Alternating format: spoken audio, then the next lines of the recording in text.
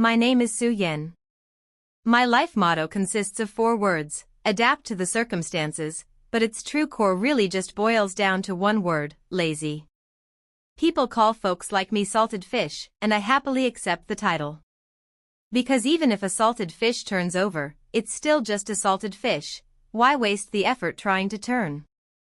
Where I can lie down, I absolutely won't sit. Where I can sit, I absolutely won't stand. That is the true meaning of life. But even a salted fish needs to breathe, and most importantly, it needs to eat.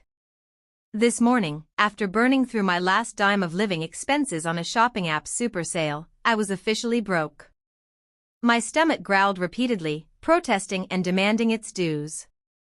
While lounging on my rundown bed surfing the net for a way to survive, a job posting caught my eye like a guiding light piercing my heart. Culinary assistant wanted. Requirements: eats with a great appetite, looks like they are enjoying the food, and has nerves of steel to endure a difficult boss.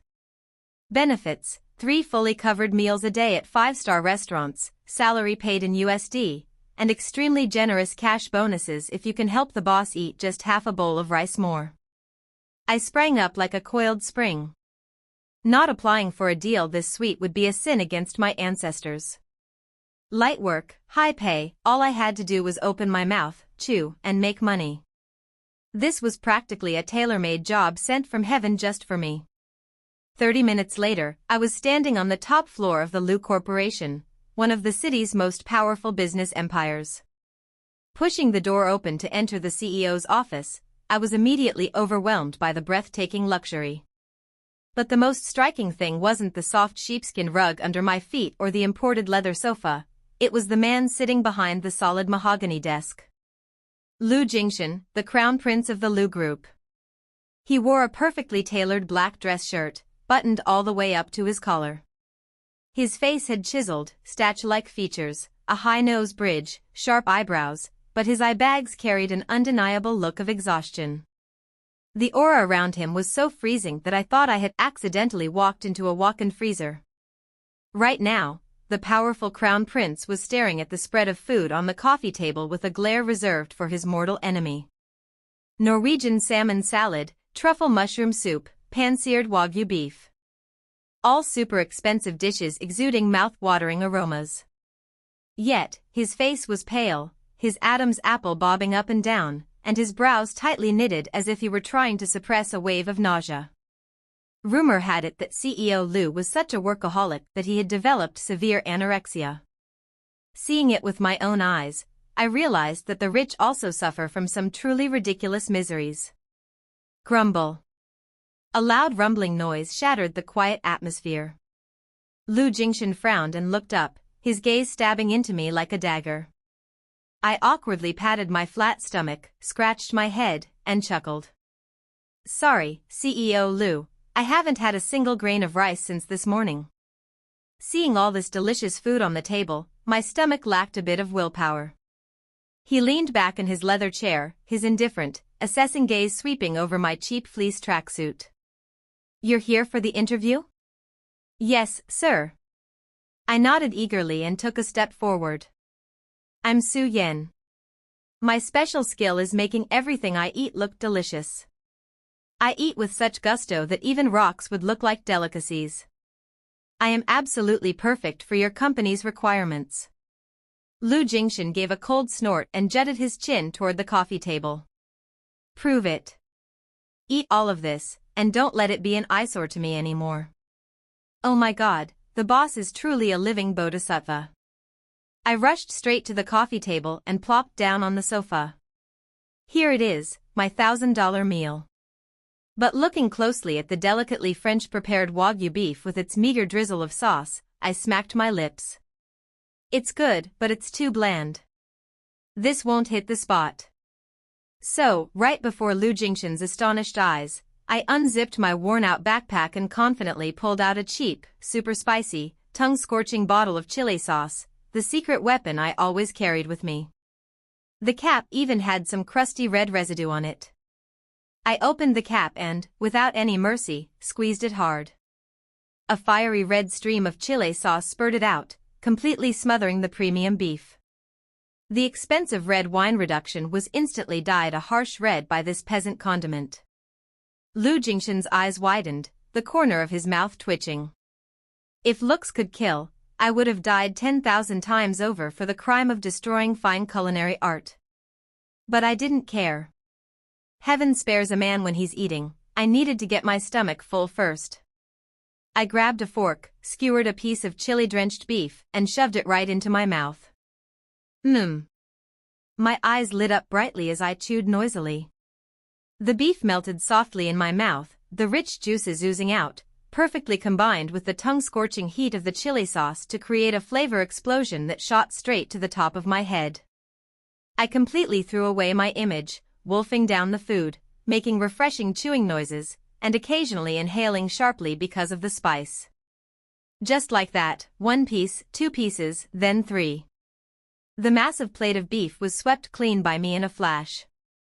I even picked up the bowl of truffle soup and slurped it loudly, as if I were drinking a cheap bowl of morning glory broth. After that, I let out a loud burp, patted my now round belly, pulled out a tissue, and wiped my mouth in total satisfaction. When I looked up, I suddenly realized Lu Jingshan was staring intently at me. Without blinking, his deep eyes were locked onto my flushed, slightly greasy lips. The nauseous look from earlier had completely vanished, replaced by a mix of astonishment and a strange gleam. And then, in the quiet, 100-square-meter office, a highly magical sound echoed once again. Grumble. I blinked. Lu Jingshan completely froze. That sound hadn't come from my stomach. It came from the stomach of that arrogant crown prince. His breathing suddenly grew heavy. His gaze shifted from my face to the casually tossed bottle of chili sauce and the spotlessly clean plate. His Adam's apple bobbed as he swallowed with great difficulty, but it was obvious he was hungry. This man, who suffered from severe anorexia, was actually given an appetite by my crude eating manners. Lu Jingshan closed his eyes and took a deep breath, seemingly trying to calm the storm raging in his stomach. When he opened his eyes, the coldness had returned, but his voice carried an undeniable decisiveness. Tapping his long, slender fingers lightly on the desk, he dropped the final verdict. Start working tomorrow. 3 meals covered. My eyes instantly lit up like car headlights. I stood straight up, clicking my heels together in a military salute. Understood. Thank you, boss. Don't you worry, as long as you cover my food and swipe the card, I promise to chew until you can swallow the whole world. The clock struck 6 p.m. People in the company gradually packed their things to rush to the bus stop. As for me, a salted fish subscribing to the law of energy conservation, I adamantly refused to squeeze my guts out on rush-hour buses. My plan was flawless. Sneak into the company pantry. Heat up the meat bun I brought from lunch. Sprawl out on the lobby sofa to play on my phone. Wait for the streets to clear before leisurely heading home. No sooner said than done. I pulled out my rich, salted egg yolk char siu bun and popped it into the microwave for exactly 1 minute. Ding! The fragrant scent of the bun's crust mingled with the savory aroma of the char siu meat, wafting heavily in the air and awakening every olfactory cell. I cradled the piping hot bun in my hands, intending to find a secluded corner to take a massive bite. But as I walked past the CEO's office, I suddenly stopped in my tracks. The door was left slightly ajar. Lu Jingshan was still sitting there, but his posture was highly unusual. The majestic and imposing boss from this morning was now slumped completely over the wooden desk. His forehead was covered in beads of sweat, and his face was as pale as a white sheet of paper. One arm clutched his stomach, the other supported his forehead. His eyes were tightly shut, and his breathing was incredibly labored and weak. I was startled and took half a step back. If it were a normal employee, they probably would have screamed for an ambulance by now or frantically run off to mix some sugar water. But who am I? I am Su Yen, a person with an incredibly practical salted fish ideology. I stood there squinting, assessing the situation for about 3 seconds. My brain quickly formulated a homemade medical diagnosis, anorexia plus workaholism plus working so hard he lost track of time. This was obviously a symptom of severe hypoglycemia leading to weakness and dizziness. What else could it be? What he needed right now wasn't a doctor, but energy deposited straight into his stomach. Gritting my teeth, I looked at the fragrant char siu bun in my hand. I went through a mental struggle for 2.5 seconds before finally deciding to push the door open and walk in. Oh well, for the sake of a long-term future of 3 covered meals, I'll just have to sacrifice my afternoon snack. Hearing my footsteps, Lu Jingxian struggled to open his long, narrow phoenix eyes. His gaze no longer held its usual cold sharpness. There was only exhaustion, utter weariness, and a slight lifelessness. CEO Lu, are you okay over there? I approached, my tone completely devoid of panic. He tried to open his mouth to speak, but likely because he was too exhausted, he only managed to let out a heavy sigh, his brows furrowing even tighter. Say no more, I understand. You're starving, right? I shook my head and sighed. Without another word, I broke the char siu bun in my hands in half. The heat and savory aroma wafted up instantly. I brought the half bun close to Lu Jingxian's mouth, blew on it a few times to cool it down, and gently pressed it against his lips. Here. Open your mouth and take a bite. Your blood sugar has hit rock bottom. If you pass out here, who's going to pay my salary? Lu Jingxian didn't seem fully conscious yet. He looked at me hazily. The distance between us was incredibly close. I could clearly see the beads of sweat on his forehead, and he was definitely staring straight at my carefree, sleepy face. At the same time, because I held the buns so close, my thumb, slightly greasy from the char siu filling, accidentally brushed against his tightly pursed, thin lips. Soft and very warm. The physical contact startled both of us. In that moment, I swore I saw the Crown Prince's pupils shrink, and his breathing seemed to skip a beat. The atmosphere suddenly became inexplicably sticky and ambiguously intimate, but my pragmatic nature quickly pulled me back. I raised an eyebrow, urging him, eat it, boss. Looking at me won't fill your stomach. This is a premium salted egg yolk char siu bun, piping hot. Perhaps the rich aroma of the roasted pork had truly stimulated his striking stomach. Lu Jingxian unconsciously parted his lips and obediently took a bite straight from my hand. He chewed slowly. The sweetness of the meat and the rich savoriness of the salted egg yolk instantly spread across his palate. Seeing some life return to his pale face, I breathed a sigh of relief. But then I immediately remembered something extremely important and muttered, "Boss, saving a life means saving it all the way, but finances must be kept strictly clear. I bought this bun at Granny Wang's shop at the end of the alley for 15,000 dong. Remember to add it to my salary at the end of the month. No dodging the debt." Lu Jingxian, who was struggling to swallow the food, paused for a second upon hearing my complaint. A second later, his broad shoulders trembled slightly. The CEO, whose face was usually as cold as money year-round, let out a deep, hoarse chuckle from the back of his throat. He looked up at me.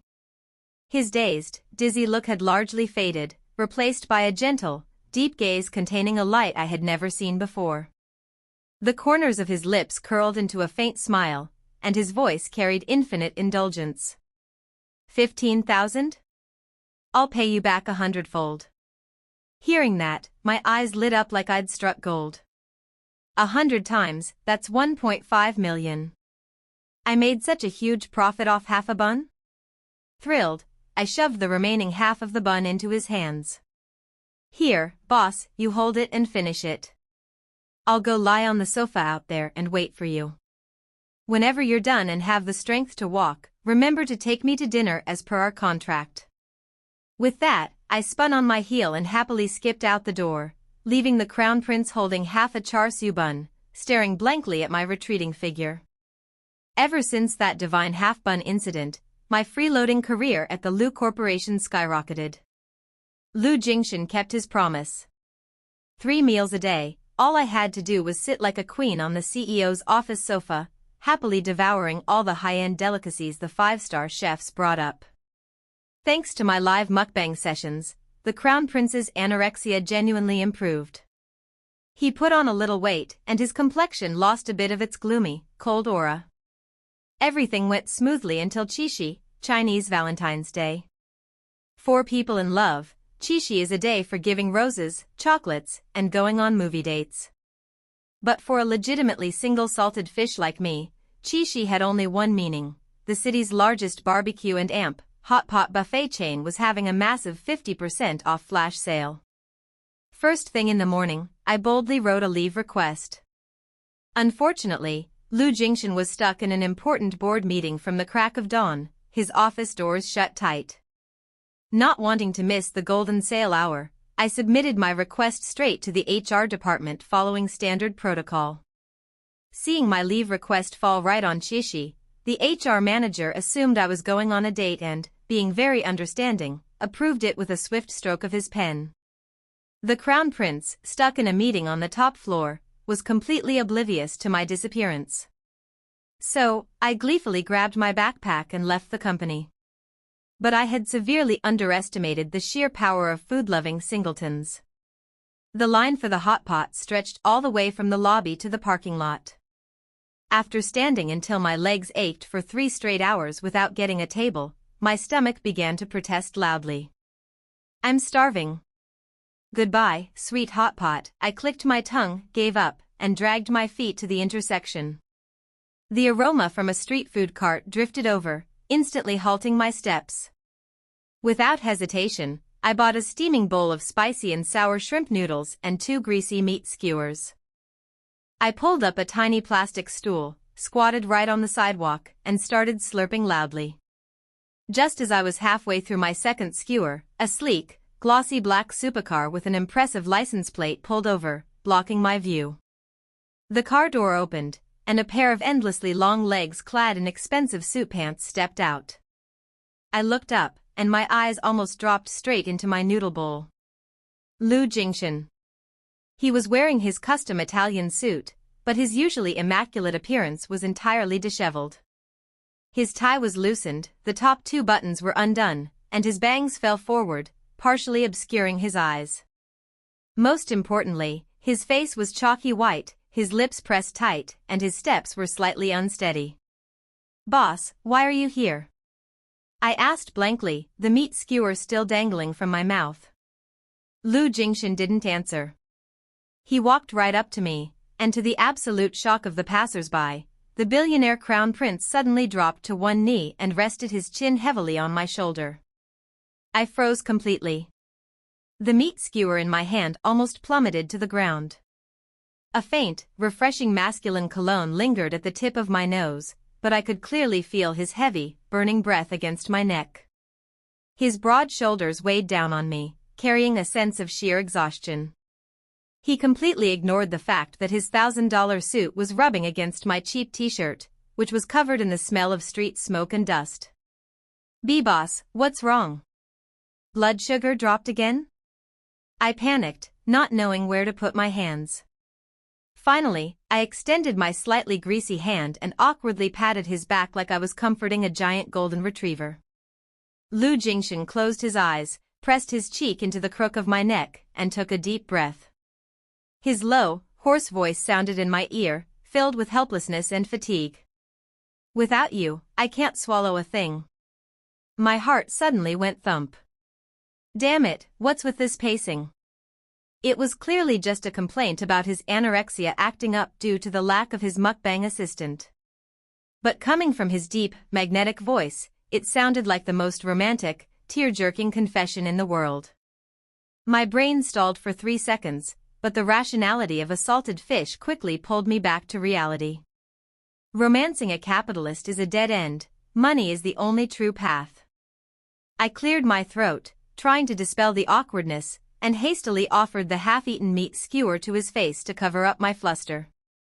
Want a bite of meat? It's a bit heavily seasoned, but it's really addictive. Plus, it was buy 2 get 1 free today." Lu Jingxian slowly opened his eyes.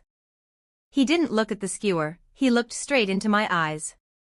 His deep, dark eyes, like a starry sky, held an inescapable determination. He inhaled the faint scent of food and street smoke lingering on me. The tension and stomach pain that had tormented him for the past half-day suddenly eased, bringing a strange sense of peace. Su Yen. His voice suddenly turned serious. Why yes. I swallowed hard. Sign a contract with me. He rested his hands on my knees, leaning in slightly. The distance was so close I could count his eyelashes. A lifetime lifestyle assistant contract. I will provide your food and housing, and you can swipe my supplementary card however you like. Your job is to move in next to me, eat with me every day, and absolutely never be allowed to disappear into thin air like you did today. My brain instantly crunched the numbers at the speed of light. Free food? Free housing? And unlimited access to his credit card? This wasn't a work contract, this was clearly a 10-tier cake dropping from the sky right onto my head. Being openly provided for without having to do anything but open my mouth and chew? Where else in the world could you find a sweeter deal? My heart, which had just skipped a beat out of romantic fluttering, was now pounding wildly at the smell of money. I hurriedly wiped my mouth with the back of my hand, my eyes shining like car headlights as I looked at Lu Jingshan, blinking rapidly to seal the deal. But boss, does this food and housing package include 3 cups of full-topping milk tea a day? Looking at my undisguised, money-grubbing face, Lu Jingshan's frustration from starving completely vanished. He chuckled softly, a smile so genuinely bright it seemed to light up the rundown street corner, and reached out to gently ruffle my messy hair. As long as you obediently stay by my side, I'll even buy you a whole milk tea factory. And so, for the price of a bowl of spicy and sour noodles and a promise of unlimited milk tea, I, Su Yen, officially sold myself to capitalism, stepping one foot into a stormy but lucrative salted fish journey. In the blink of an eye, I had been living in Lu Jingshan's 600-square-meter penthouse for 3 months. My life now could only be described with 2 words, fairy tale. Every morning, I opened my eyes to breakfast prepared by a private chef. Every evening, the giant curved TV was already tuned to my favorite variety shows. And what about the notoriously cold-blooded crown prince of the Lu group? He was currently sitting on the velvet sofa, his shirt sleeves rolled up to his elbows, meticulously picking out every single fish bone, peeling every layer of lobster shell, and placing them neatly into my rice bowl. Eat. Open wide. Lu Jingshan tapped his chopsticks against the edge of my bowl, his deep, magnetic voice ringing out. I chewed noisily while secretly glancing at him. Honestly, even if my heart were made of iron, facing this top-tier beauty combined with this intoxicatingly subtle attentiveness, it was bound to flutter. Lu Jingshan had put on some weight now, his muscular physique was evident beneath the thin fabric of his shirt, and a mature, steady aura exuded from his every move.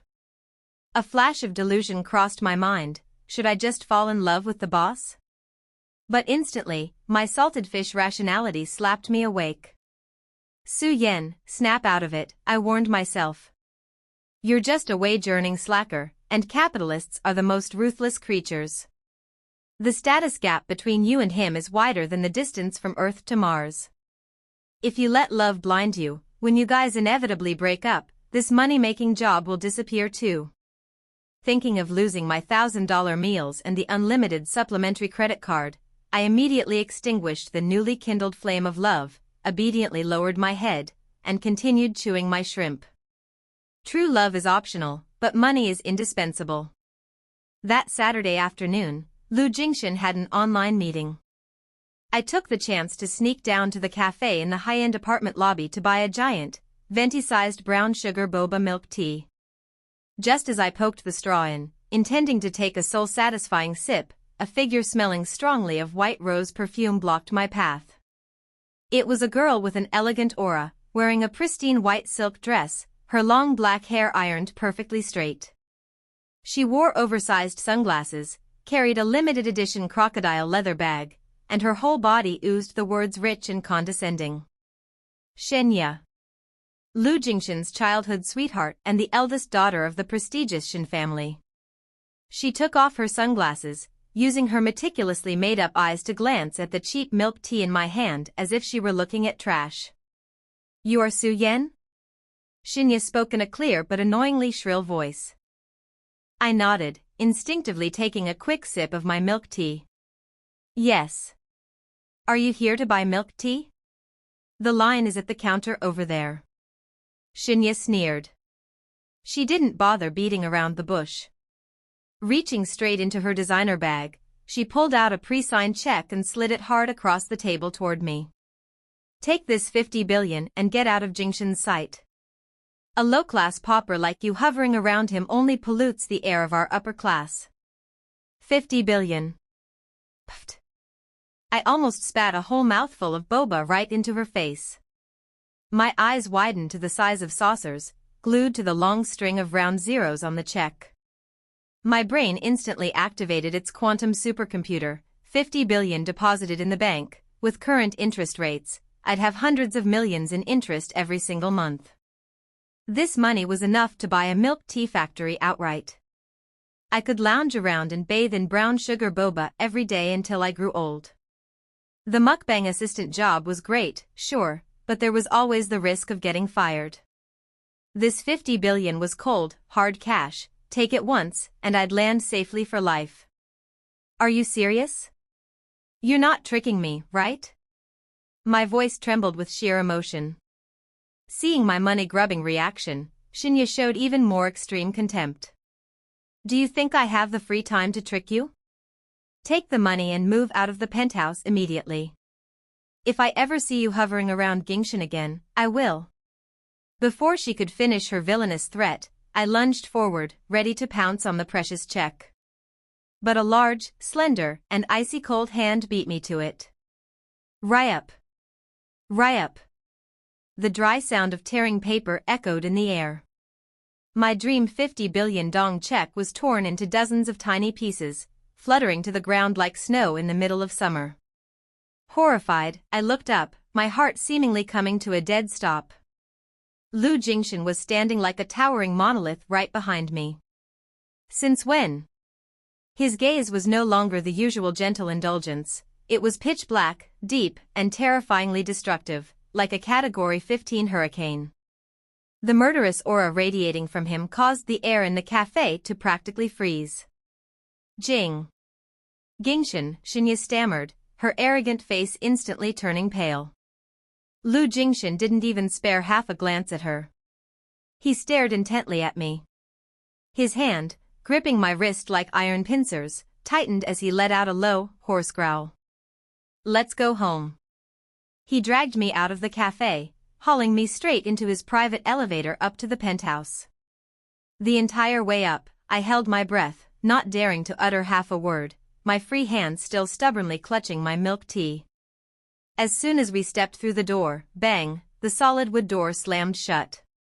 Before my soul could return to my body, Lu Jingshan pinned me aggressively against the corner of the sofa. His broad back blocked out all the light. He planted his arms on either side of the armrests, trapping me in a narrow space that reeked of dangerously exploding male pheromones. His eyes were bloodshot, the flames of anger and jealousy burning away his rationality. What exactly were you calculating, Su Yen? His dangerously hoarse voice scraped against my eardrums. 50 billion is enough for you to sell me out? Do I not have as much money as her? I gulped loudly, stammering and shrinking back. B-boss, calm down. I was just doing a rough calculation of the interest. I hadn't taken it yet. I swear I hadn't taken it. But you were tempted, Lu Jingshan snapped, his rough thumb pressing hard against my trembling bottom lip. I let you swipe my card until your hands fall off. I yield the absolute best food to you. Even this life of mine, I've handed over for you to keep. Yet you dared to consider leaving me for a measly 50 billion. I was stunned. My heart was pounding so fast and hard that I thought it was going to burst out of my chest. His words had completely crossed the boundary of a transactional arrangement between boss and employee. I opened my mouth to explain, but Lu Jingshan denied me the chance. He bent down and fiercely captured my lips. There was no reservation or probing in this kiss. It was domineering, intense, and heavily punitive. He bit lightly on my lower lip, forcing me to open up, and then passionately swept through every corner of my mouth, plundering all the oxygen and whatever rationality was left in my slacker brain. The milk teacup dropped onto the rug with a dull thud. My arms hung loose for a moment before, as if controlled by an invisible force, I unconsciously wrapped them around his neck and kissed him back. Sanity. Money. Class divides. Everything was burned to ashes by this fiery kiss. By the time I thought I was actually going to suffocate, Lu Jingshan finally let me go. He rested his forehead against mine, our breaths tangling in a chaotic mess. The anger in his eyes had softened, replaced by an intensely overbearing possessiveness. "Don't even think about running away," he whispered, pressing a quick kiss to the tip of my nose. "This weekend, come with me to the main estate to meet my family. It's time to promote you from culinary assistant to Mrs. Lu. Let's see who still dares to throw money in the face of Lu Jingshan's wife." I blinked, my cheeks burning hot, my mind floating on cloud nine. A few minutes ago, I was mourning the loss of a 50 billion check. A few minutes later, I had successfully locked down this rice-powered money-printing machine. After that sole and reason plundering kiss, Lu Jingshan proved to be a man of his word. First thing Saturday morning, he grabbed me by the scruff of the neck and stuffed me into his Maybach to head back to the Lu family's main estate. On the way, to soothe my violently pounding heart at the terrifying prospect of facing the ultra-rich, I pulled a bag of shredded dried squid out of my backpack and chewed continuously. As I chewed, I looked down to inspect my outfit. That morning, Lu Jingshan wanted to call in an entire styling team and bring over dozens of sparkly evening gowns for me to choose from. But I flatly refused. We're going to a family dinner, not walking the Ken red carpet. Besides, if I wore one of those waist-cinching, stomach-binding dresses, how on earth was I supposed to unleash my full potential at the dining table? So, I stayed loyal to my baggy, oversized beige fleece tracksuit, supremely comfortable and wonderfully stretchy. I was locked, loaded, and ready for all culinary battlefronts. The Maybach rolled slowly past intricately carved iron gates adorned with dragons and phoenixes, entering a compound as massive as a national park. As soon as the car stopped at the steps of the magnificent mansion, a servant respectfully opened the door. I stepped out hugging my bag of shredded dried squid. Before I could even yawn to wake myself up, I bumped into a familiar face. Shenya. She was wearing a pristine white modernized qipao, her hair styled in an elegant braided updo. She stood by the door with her arms crossed, posing exactly like a hostess waiting for guests. Just a few days ago, Lu Jingshan had completely humiliated her at the cafe, yet today, her health bar was full, and she had dragged her arrogant face all the way here. Truly, the vitality of a white lotus is terrifying. Shenya's eyes swept over my baggy fleece outfit, then landed on the shredded squid I was currently chewing. The corners of her mouth curled into a disdainful sneer. The Lu family is a lineage of scholars and aristocrats. The rules are as strict as ancient royalty. Shenya's clear voice was dripping with sarcasm. Su Yen, wearing pajamas to visit elders is already a breach of etiquette. Now you're walking around chewing on that cheap, smelly trash? Aren't you afraid of polluting the Lu family's fresh air? I blinked lazily. Of course, I was too lazy to argue back. This mouth of mine was currently busy chewing dried squid. I didn't have the energy to waste on a verbal spar with her. I grabbed another pinch of shredded squid, stuffed it into my mouth, and chewed loudly, smack, smack, smack, as my only response. Shenya turned green with anger. She was about to open her mouth to scold me again when Lu Jingshan stepped out from the other side of the car. He wore a simple white dress shirt, his aura breathtakingly handsome. Instead of walking past me like usual, Lu Jingshan stepped right up next to me. Right in front of Shenya's wide, stunned eyes and a long line of servants, he naturally slipped his fingers through mine, intertwining them tightly. His hand was large and warm, completely enveloping my small hand, which was slightly cold from trembling. Since when is it an outsider's turn to dictate the rules of the Liu family? Lu Jingxin asked coldly, looking at Xinya as if she were a speck of dust. Is her eating dried squid blocking your path? The door is wide open. If you find it smelly, you can take a detour, or just go straight back to your own home. Xinya turned to stone on the spot, her face shifting between green and red, her nails digging fiercely into her expensive crocodile leather bag. Lu Jingxin ignored her completely and turned to me, his gaze instantly softening by tenfold. He reached up to the corner of my mouth and casually wiped away a stray piece of shredded squid. Is it good? Save some room for dinner, don't chew too much or your jaw will get tired. It's super good, boss, Jingxin. I smiled until my eyes were little crescents, obediently put the bag of dried squid away, and linked my arm through his as we strolled into the house. The Liu family living room was ridiculously huge, illuminated by a blinding crystal chandelier. Sitting in the center seat was a white-haired elder leaning on a dragon-headed cane, radiating a terrifying, majestic aura. Grandpa Liu. Beside him sat Mother Liu, an exceptionally well-preserved lady dripping with blinding jade jewelry, exuding an unapproachable haughtiness. The atmosphere in the room was so heavy and suffocating that I didn't dare breathe too loudly. After a rather stiff round of greetings, Xinya, who had tagged along at some point, eagerly stepped forward to salvage her pride and simultaneously throw shade at me. Grandpa, Auntie, the weather is beautiful today, and we have an honored guest. May I play a piece on the zither to cleanse our souls and add some joy to the occasion? Grandpa Liu nodded slightly, though I swore I saw him suppress a secret sigh.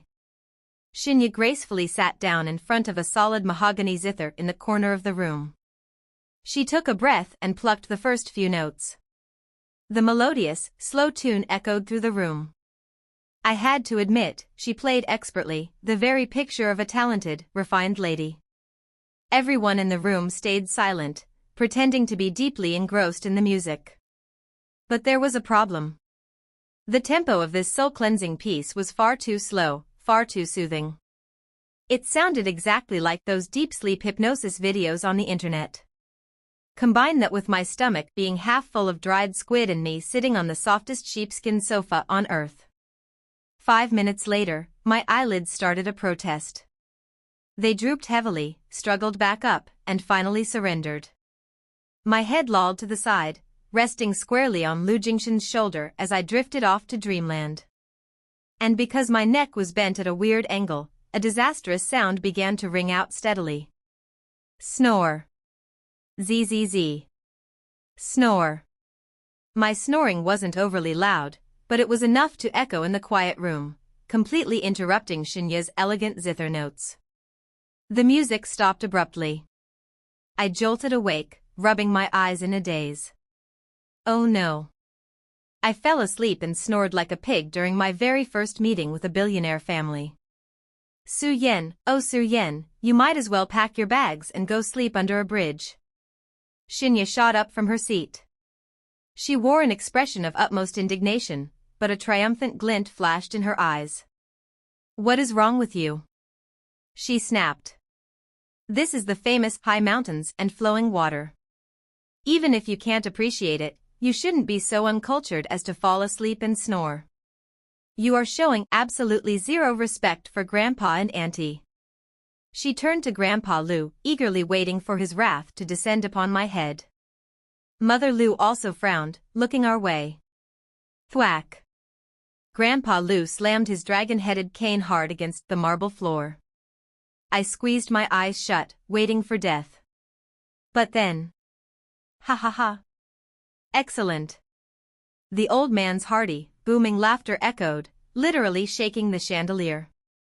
Grandpa Liu stroked his white beard, pointed a finger at me, and his eyes shone like high beams. That zither piece of yours was boring me to death. I've been sitting here stiffly so my back wouldn't ache, and my eardrums were practically exhausted. Thank goodness this little girl snored the thoughts right out of my heart. Xinya froze, her mouth hanging open. Gee Grandpa, what? The old man squinted at me with utter satisfaction. Look closely. A relaxed sleeping posture, completely letting go, requiring no defense.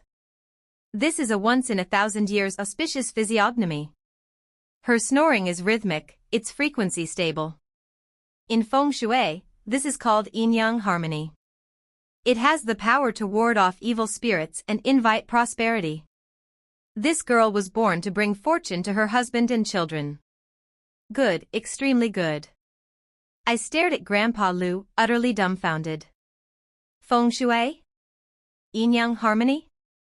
My slacker snoring actually has so many magical functions? The ultra-rich truly have a bizarrely unique perspective on the world. Shinya was paralyzed. Her beautiful face was twisted so badly she couldn't even force a smile. She looked like she had just swallowed a fly. Sitting next to me, Lu Jingshan's lips twitched upward into a faint smile. He didn't say a word. He simply took off his expensive Italian suit jacket and carefully draped it over my shoulders. He rubbed my head with his large hand and said softly, yet loud enough for the whole room to hear. The AC is a bit cold. If you're tired, just lean on me and go back to sleep. You don't need to pay attention to the background noise. Hearing herself referred to as background noise, Shinya looked so furious she nearly bit right through her bright red lipstick. As for me, I obediently pulled the CEO's suit jacket up to my chin, continuing my role as the auspicious, fortune-bringing salted fish, fully enjoying the absolute protection of a billionaire household. After an incredibly high-quality nap under the guise of an auspicious omen, I was woken up by Lu Jingshan for dinner. The Lu family dining table was so long that I felt like I'd need a drone if I wanted to grab food from the other end. Under the eager direction of Shinya, who was desperately trying to salvage her image as a capable hostess, tonight's dinner was a strictly aristocratic French feast. The problem with fine French dining is that it's beautiful and luxurious, but every plate, the size of a hubcap, contained exactly one piece of seared tuna or lamb the size of a water bottle cap, drizzled with a few artsy-fartsy drops of sauce. I poked at the paper-thin slice of seared tuna, swallowed hard, and it was in my stomach before it even passed my teeth. I looked up at Lu Jingshan. He was also frowning, clearly unenthusiastic. Grandpa Lu smacked his lips and ate in silence. Mother Lu ate with extreme elegance, chewing thoroughly and swallowing slowly, but her eyes revealed utter boredom. Sitting across from us, Shinya was rambling on and on about how premium the white truffles in this dish were. Shinya went on and on about how the sauce was simmered from a decade-old vintage wine, all to show off her deep understanding of upper-class culinary culture. But my stomach was screaming. For a salted fish like me, who was used to eating big bites and speaking loudly, eating like this was no different from drinking plain water to survive. Taking advantage of the moment everyone was focused on Shinya's speech, I grabbed my small backpack, used the excuse of needing the restroom, and slipped straight out to the massive glass balcony behind the dining room. A clear moon, a cool breeze, and total quiet, this was the perfect paradise for doing something shady. I gleefully unzipped my backpack and pulled out the ultimate weapon I had prepared in advance, a box of super spicy, Sichuan beef self-heating hot pot. I tore open the seasoning packets, poured water onto the heating pad, and just 15 seconds later, the water began to boil furiously. Plumes of steam rose into the air, carrying the signature, mouth-watering aroma of dried chilies, sautéed beef fat, and Sichuan peppercorns. This scent of earthly, mortal fireworks instantly awakened all my senses, completely crushing that bland, tasteless truffle aroma from inside. I picked up a slice of beef heavily coated in red chili oil, blew on it a few times, and shoved it right into my mouth. Oh my God! Out of this world! I closed my eyes, sighing in pure bliss as the tongue-scorching heat spread through my mouth. Just as I was passionately gnawing on some enoki mushrooms, a pair of strong arms suddenly wrapped around my waist from behind. A familiar warmth and a faint, masculine cologne instantly enveloped me. I jumped, nearly choking. Lu Jingshan was standing there, leaning against the railing, looking down at me with deep, smiling eyes. "So this is why you sneaked away from the dinner table," he said in a low voice. I blinked, hurriedly swallowing the enoki mushrooms. Awkwardly, I went to wipe my mouth with the back of my hand. Fine dining didn't stick to the teeth, but my stomach was empty. But before my hand could reach my face, Lu Jingxin pulled a silk handkerchief from his suit pocket. He leaned in slightly, his long fingers carefully and incredibly gently wiping away the bright red chili sauce smeared on the corner of my lips. Is Lu Jingxin's future wife so short on money that she has to hide on the balcony to secretly eat instant hot pot? His deep, warm voice carried a sweetness so indulgent it almost melted my heart. There he goes again. This money-printing machine flirts every chance he gets. I looked at his flawlessly chiseled face right next to mine, seeing the boundless indulgence in the depths of his eyes, and a sudden impulse surged within me. It was as if I were acting out of liquid courage, even though I had only been drinking hot pot broth. I leaned forward, stood on my tiptoes, and planted a loud, resonant kiss, smack, right on his cheek. Lu Jingxin froze. I stepped back, my cheeks burning hot. Pointing at the mark on his face, I laughed slyly. Payment. For wiping my mouth. A kiss flavored with exclusive, limited edition Sichuan sauté. On the fair, cold cheek of the majestic crown prince now sat a bright red, star-shaped lip mark made entirely of chili oil. It looked absolutely ridiculous, yet incredibly intimate. Lu Jingxin wasn't the least bit annoyed, instead, he laughed out loud. It was a rare, refreshing laugh that lit up his entire face. He reached out, tightening his grip around my waist, ready to lean down and demand further payment. Slide. The glass balcony door was violently yanked open. Su Yen. What kind of stunt are you pulling out here? Xinya's shrill, ear-piercing voice rang out. She stormed onto the balcony, one hand pinching her nose, her face scrunched up as if she had just inhaled toxic gas. Good heavens, what is that putrid smell? You brought this cheap, chemical-filled, peasant trash onto the Lu family's balcony to eat? Do you realize the smell is blowing inside and ruining the entire atmosphere of the dinner party? I smacked my lips, about to speak up, when an elegant figure stepped out quickly from behind Xinya. Mother Lu. She deliberately walked at a measured pace to maintain the aura of a wealthy matriarch, but her eyes were glued to the bubbling, steaming box of hot pot on the stone table. Her throat bobbed as she secretly swallowed a mouthful of saliva. Seeing Mother Lu arrive, Xinya smugly tattled. Auntie, look. She has absolutely no manners. She refuses to eat the food we painstakingly prepared and comes out here to eat this spicy, toxic instant hot pot. The smell is going to stick to our curtains. Quiet, Xinya, Mother Lu suddenly interrupted, her tone tinged with impatience. She brushed past Xinya and walked straight toward me. Now, I am a salted fish, but I am a salted fish with high EQ. Catching the fiery, craving look in my future mother-in-law's eyes, my brain calculated faster than a supercomputer. Without giving her the chance to ruin her image by asking for a bite, I immediately reached into my backpack and pulled out a brand new, unopened box of self-heating hot pot. With 3 swift motions, I tore the packaging and poured the water, assembling it with lightning speed. I presented the hot pot with both hands to Mother Lu, smiling with utter brightness and sincerity. Auntie, the food earlier was delicious, but I was worried you might not be full. This beef cartilage and mushroom hot pot is mildly spicy and very fragrant. I brought this portion specifically for you. Please, have a taste just for fun to switch up the flavors. Looking at the steaming hot pot delivered right to her hands, Mother Lu's phoenix eyes instantly lit up like shooting stars. She coughed politely, adjusted the silk scarf around her neck to look as aristocratic as possible, and reached out to take the chopsticks from my hand. Ahem. Well, since you've been so thoughtful, I suppose I'll have a little taste. Mother Lu picked up a piece of crunchy beef cartilage wrapped in a golden layer of spicy oil, brought it to her mouth, and took a bite. A mere second later, the haughty, cold expression she always maintained completely relaxed.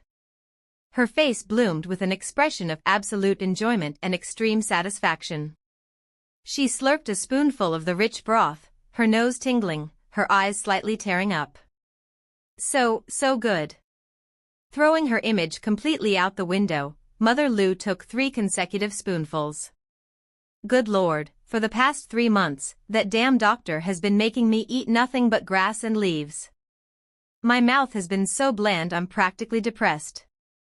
This is human food. Shinya stood there dumbfounded, unable to believe her eyes. Auntie. That stuff is full of toxic artificial flavorings. It's not good for your health. It ruins the aristocratic palate. Aristocratic, my foot. Mother Lou glared at Shinya, flaring her nostrils. If I live a few extra years but have to eat bland food that tastes like wax every day, what is the point of living? I preserve my health so I have the strength to eat spicy and salty food, not to cultivate immortality. With that, she turned to me, her eyes overflowing with affection and a profound sense of finding her soulmate. She patted my shoulder, her voice sweeter than ever before. Good girl. Very thoughtful, very understanding. This flavor is exactly to my taste. Tomorrow, go online and order 10 cases shipped straight here for me. Just swipe Jingshan's card and make him pay for it. Understood, Auntie. I clicked my heels, accepting the mission with a beaming smile. Shinya stood sulking in the corner, her face pale.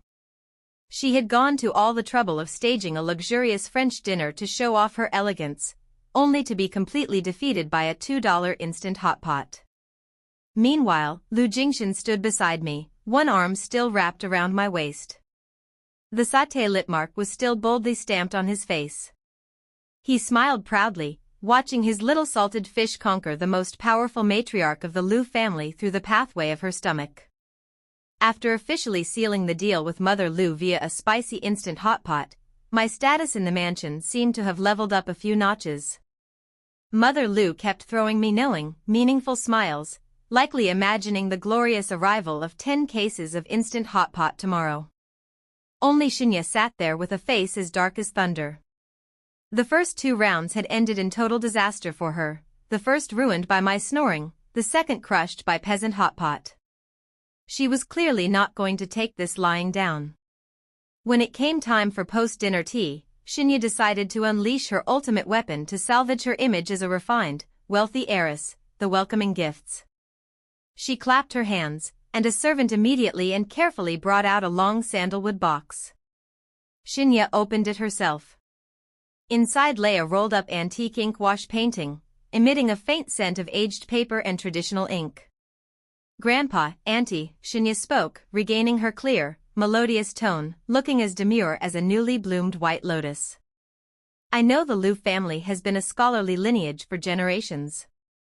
Even though we are in business, we have always valued culture and refined character. This is a Song Dynasty ink wash painting, Pine and Cranes for Longevity, which I went to great lengths to win at an overseas auction. I would like to present this to Grandpa, wishing you blessings as deep as the eastern sea and longevity as high as the southern mountain. The painting was unrolled. Even though I knew absolutely nothing about art, looking at the blurry, hazy brushstrokes and the skinny cranes, combined with the Song Dynasty label, I could guess it was worth at least a few $1 million. Grandpa Lu stroked his beard, nodding in appreciation. Bold brushwork, deep meaning. You have put a lot of thought into this. Encouraged by his praise, Shinya glanced sideways at me, the corners of her mouth twitching into a contemptuous smile. Shinya purposely raised her voice, emphasizing every word, the Lu family lacks nothing. The most important thing about a gift is that it must demonstrate the giver's refinement, cultural understanding, and social class. I wonder what gift you have prepared to show your sincerity for your first visit today. Surely it isn't some cheap trinket bought in a rush at a supermarket or online? All eyes turned to me. I blinked and scratched my head. Gift? What gift?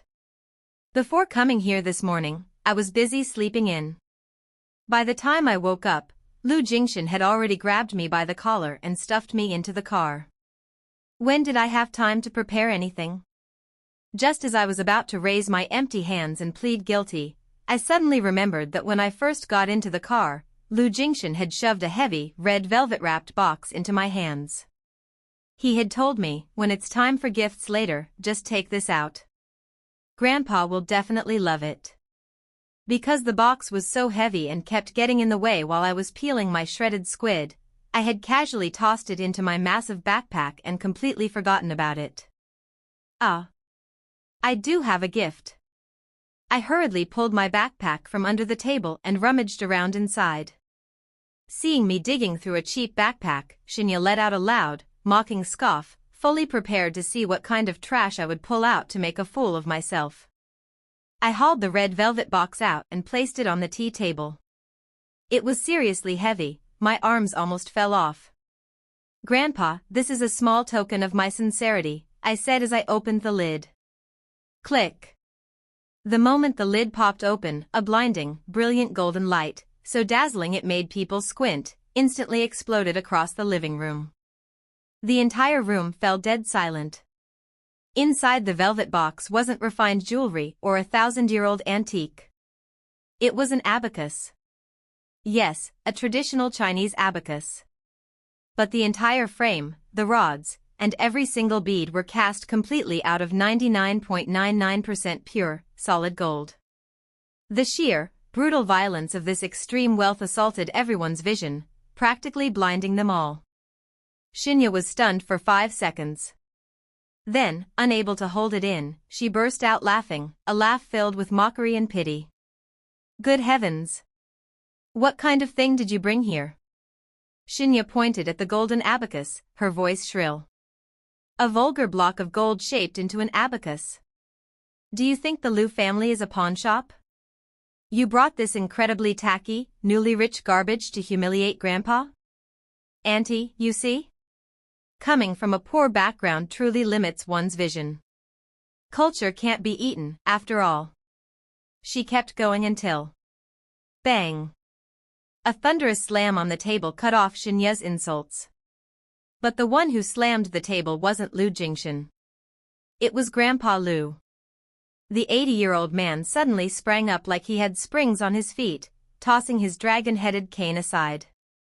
He rushed to the tea table with a speed that would make a young man call him boss.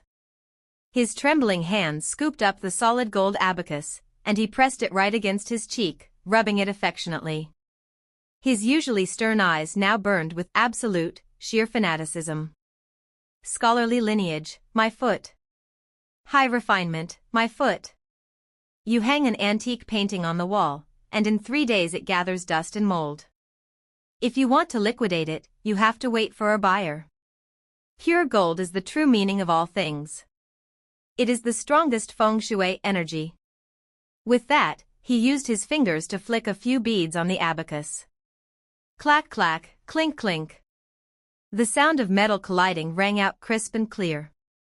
Listen to that. Listen. Grandpa Lu excitedly slapped his thigh. The sound of clashing gold.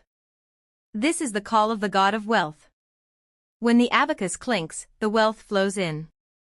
This granddaughter-in-law's gift hits exactly the right spot. This is a supreme house-guarding treasure. I'll put this in my office. If the Lu Corporation doesn't increase its revenue tenfold this year, it'll be a waste. The old man turned to look at me, his eyes overflowing with admiration, as if he were looking at a living bodhisattva. Good girl. You have great vision. Very practical. The Lu family rose to power through business. We don't care for useless, flashy nonsense. Making money is the only true path. Sitting nearby, Mother Lu nodded in strong agreement, her eyes glued to the blindingly bright chunk of gold. Your father is right. This piece must weigh at least 10 kilos. If there's an emergency and the Lu Corporation goes bankrupt, carrying this out to sell would be enough to feed our family for generations. Very practical. I stared blankly at the 2 Lu family elders. Wait, isn't this script a bit wrong? Aren't wealthy aristocratic families supposed to value elegant, 1,000-year-old antiques?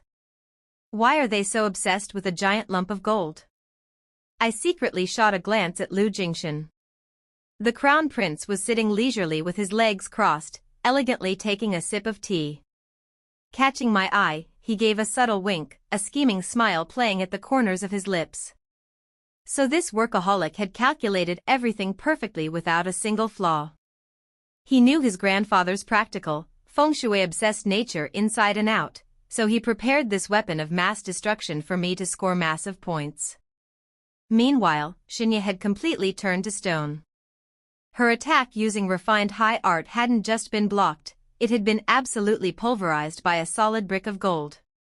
She stood frozen, her beautiful face twisted in humiliation and indignation, glaring at me as if she wanted to eat me alive. Once again, this salted fish had won a round while lying completely flat. The atmosphere in the Liu family living room was now incredibly lively. Grandpa Liu was still passionately flicking the beads of the solid gold abacus, muttering calculations about how many billions the Liu Corporation would rake in this year. Mother Liu occasionally cast loving glances my way, as if looking at a mobile gold mine. Only one person in the room was standing on the brink of collapse. Shinya.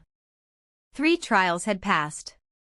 From the elegant zither music to the high-class French cuisine, to the precious Song Dynasty ink-wash painting, everything had been ruthlessly trampled by a lazy, vulgar salted fish like me. And to make matters worse, I had trampled her mindlessly, seemingly without breaking a single drop of sweat. Shinya's hands clenched into tight fists, her knuckles turning white. Jealousy and humiliation completely burned away the rationality of this white lotus. Taking a deep breath, her eyes turning red and teary, she decided to unleash her final, ultimate move. A direct attack on my character. Grandpa. Auntie. Shinya suddenly shrieked, her voice choking with sobs like a tragic movie heroine who had just uncovered an earth-shattering secret. She pointed her meticulously manicured finger straight at me, tears streaming down her face. Don't let her naive appearance fool you. Do you know her true background? She is Su Yen. She comes from a poor family, her parents are divorced, and her bank account has never even had 10 million dong in it. She is clinging to Gingshan not out of love, but purely for his money. She turned to Liu Jingshan, her eyes full of extreme sorrow. Jingshan. Wake up. She only sees you as an ATM. She loves your black card, she doesn't love you at all. The entire room instantly fell dead silent. Even the clacking of Grandpa Liu's abacus stopped. The tension was as tight as a bowstring. I stood there blankly and swallowed hard. Damn. The green tea is completely right. I didn't even know how to argue back. It was obvious that I originally came to the boss for the food, the housing, and the USD salary. My being dead broke was also a 100% verified fact. I scratched my head, preparing to step forward, bow my head, admit my faults, and brace myself to be kicked out of the Billionaire mansion. I'd just pack my backpack and trudge back to my rundown rental room. Oh well, I got to eat premium food for 3 months, that's enough profit for me. But just as I lifted my foot, a firm hand grabbed my waist and forcefully pulled me behind him. Liu Jingshan's broad back stood directly in front of me, completely shielding me from Shinya's malicious glare. So what? 2 short, cold words carrying terrifying pressure erupted from Liu Jingshan's mouth. He lifted his eyelids, looking at Shinya with a gaze as sharp as a razor, spitting out every word. Do you think I'm so stupid that I don't know she likes my money? From the very first day, I was the one who used money, food, and my black card to lure her into staying by my side. I froze, staring up at his sturdy back. Listen closely, Shinya, Liu Jingshan declared clearly. What is wrong with her loving my black card? I am willing to be her lifelong money printing machine.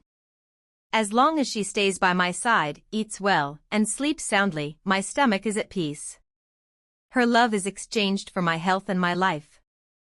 A pretentious fake like you couldn't trade your entire Shin family fortune for me to enjoy a single good meal. His domineering, arrogant words echoed through the room, making my brain feel like it was exploding.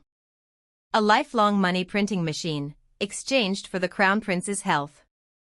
My salted fish heart, which had always been wrapped in a thick layer of pragmatism, was completely shattered by his words, bursting into countless warm sparks.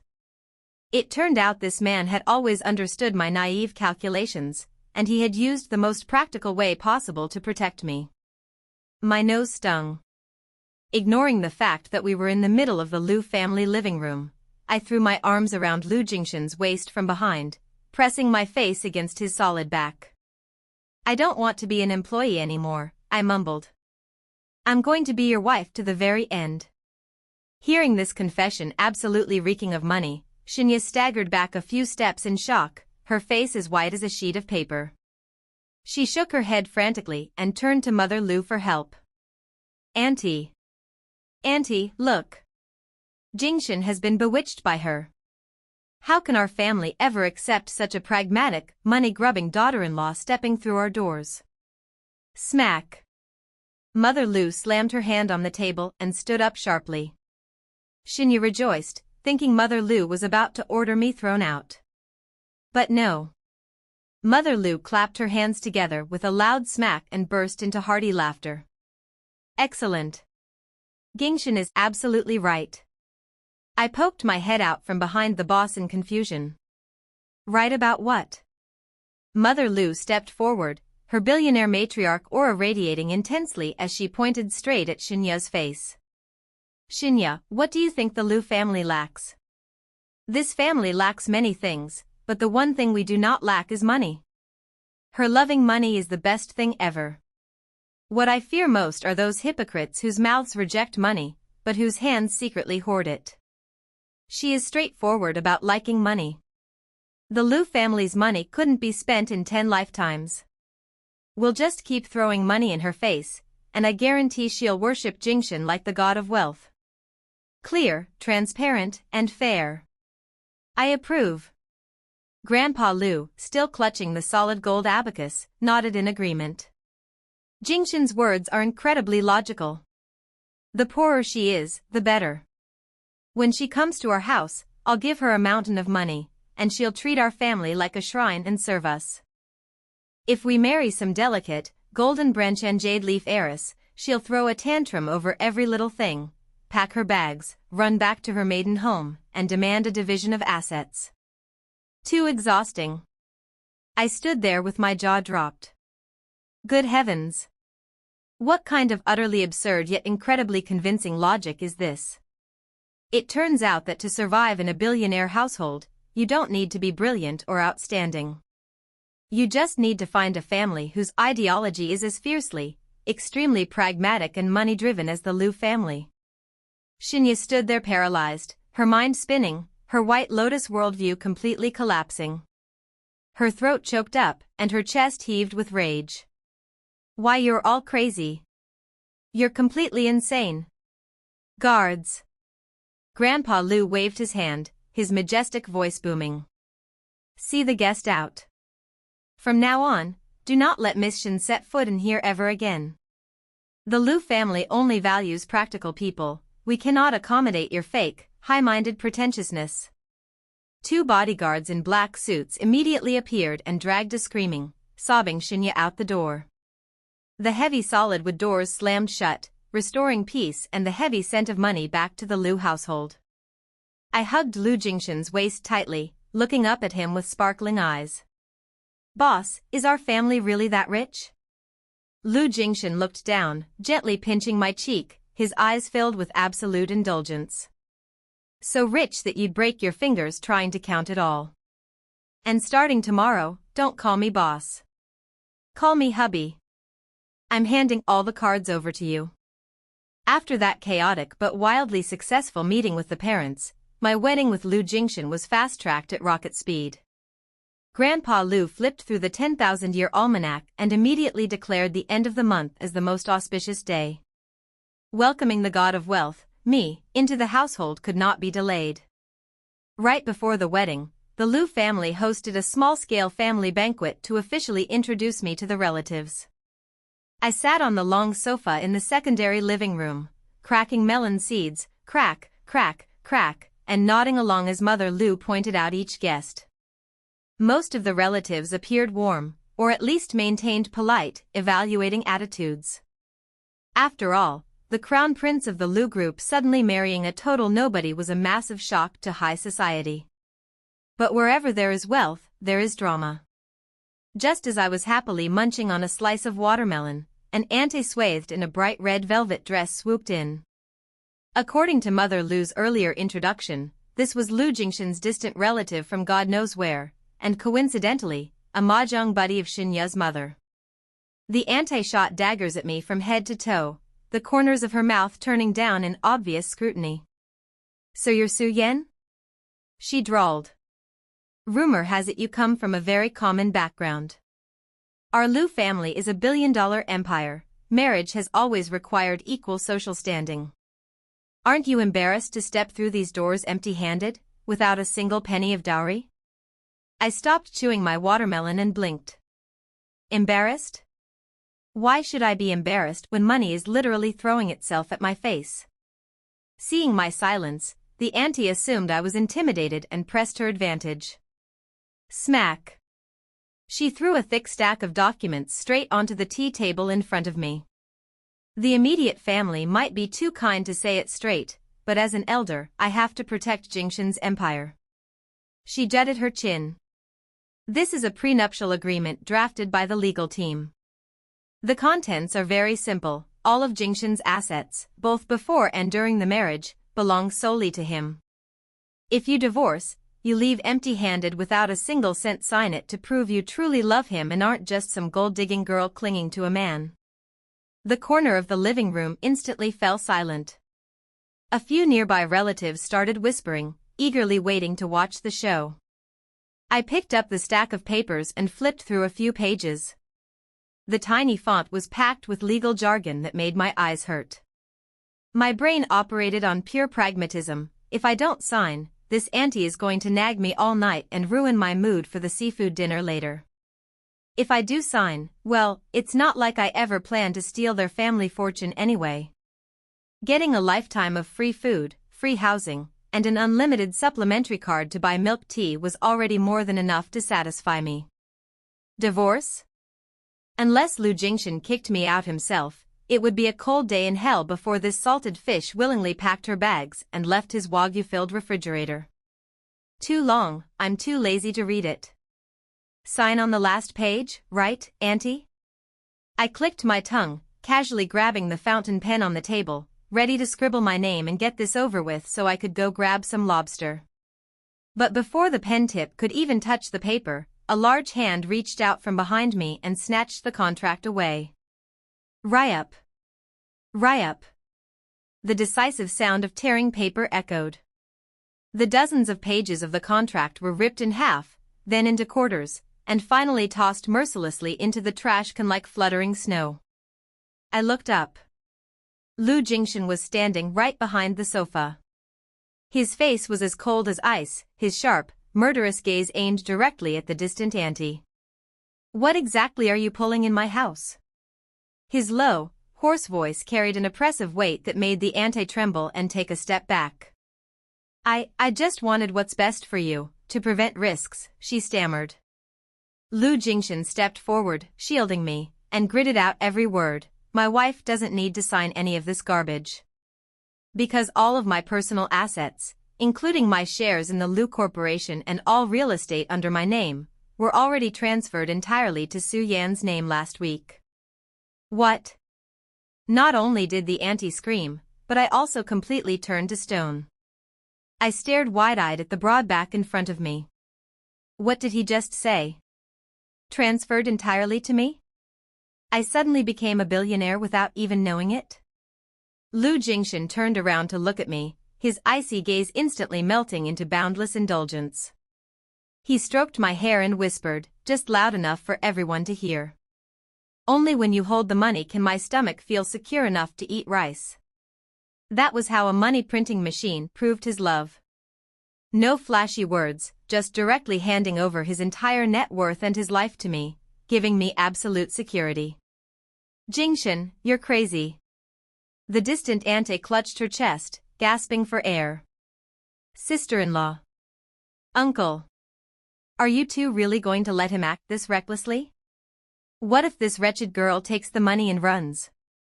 She turned and shrieked at Mother Lu and Grandpa Lu, who were just walking downstairs.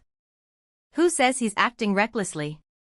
Mother Lu frowned, stepping forward with undeniable matriarchal authority. She glared at the auntie, then slammed another stack of folders onto the table with a smack even louder than before.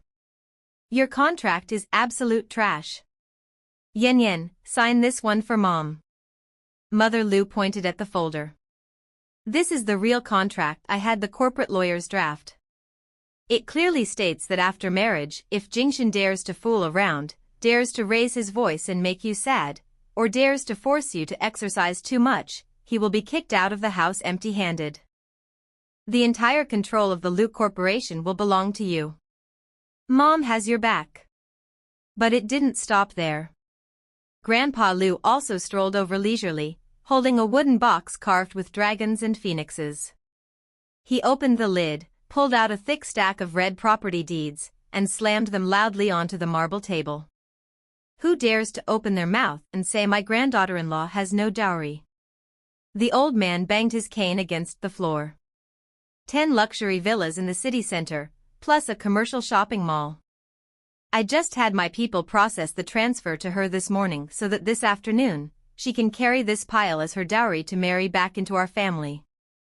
Does anyone have a problem with that? I stared at the blindingly red property deeds, then at the contract Mother Lu had just thrown down, which essentially promised to kick her own biological son out onto the streets. My legs turned to jelly, my mind spinning wildly in an extreme state of money intoxication. The distant auntie was completely paralyzed. Her eyes rolled back, her mouth hung open, and her trembling finger pointed at the 3 generations of the Lu family. You really have been bewitched. You're all crazy. After shouting that, her blood pressure must have spiked to 200. Her eyes rolled back completely, and she passed out flat on the floor right then and there. The living room instantly plunged into chaos. The bodyguards quickly carried the unconscious auntie out for emergency treatment. Amidst the commotion in the corner by the sofa, Lu Jingshan pulled me securely into his arms. He kissed my forehead softly, smiling as he whispered, "Are you scared?" I shook my head, hugging the stack of red property deeds and Mother Lu's contract tightly to my chest. I smiled as brightly as a flower. Scared of what? I have a hubby, a mother, a grandpa, and money backing me up. From now on, this salted fish can securely lie flat and live her life. Ever since the wedding, my salted fish life officially ascended to a whole new dimension. With a stack of property deeds in my hand and the unshakable backing of the entire Lu family, I leisurely enjoyed days of eating my fill and then lying down. The monthly pocket money deposited into my bank account had so many zeros it made my eyes tired just counting them. 6 months later, I found out I was pregnant. The entire Lu family rejoiced as if they had struck gold. No, to them, gold wasn't nearly as rare as a legitimate heir. Grandpa Lu immediately booked out an entire wing of a temple to pray for blessings, while Mother Lu bought out 3 imported baby product manufacturing companies to prepare for her grandchild's arrival. When normal people get pregnant, they suffer from morning sickness, throwing up constantly, craving sour or sweet foods. But I, a salted fish swaddled in silken luxury, developed an incredibly bizarre form of morning sickness. I craved the smell of money. I didn't want to eat money, but I could only sleep soundly when I smelled the scent of ink on freshly minted banknotes and heard the clack-clack-clack of a money-counting machine. If I lay down and didn't hear that magical sound, I would toss and turn, feel nauseous, and lose my appetite. So, the Crown Prince Lu Jingshan, a cold-blooded money-printing machine in the business world, was given a new, noble mission every night. He sat at the edge of the bed, holding a professional money-counting machine and a thick stack of cash. Zzz. The rhythmic sound of the money counter echoed steadily in the massive bedroom. Lu Jingshan fed bills into the machine with one hand, while his other hand gently stroked my growing belly. His eyes were so tender they could practically drip water. Wifey, go to sleep. Are we counting US dollars or Chinese yuan tonight? I curled up under the blankets, deeply inhaling the faint scent of fresh money in the air, and closed my eyes in total satisfaction. Dollars, hubby. Lately, I prefer the ZZZZP sound of $100 bills. And so, lulled to sleep by the heavy scent of capitalism, I smoothly made it through 9 months and 10 days, successfully giving birth to a chubby little 3 kilograms prince. We nicknamed him Little Lou. When Little Lou turned 1, the Lou family hosted a spectacular first birthday party that shook all of high society. The highlight of the event was the joyeux ceremony, a tradition where a child chooses an object that predicts their future. On a gigantic, bright red velvet carpet spread across the middle of the living room, Mother Lou and Grandpa Lou had personally laid out all sorts of treasures.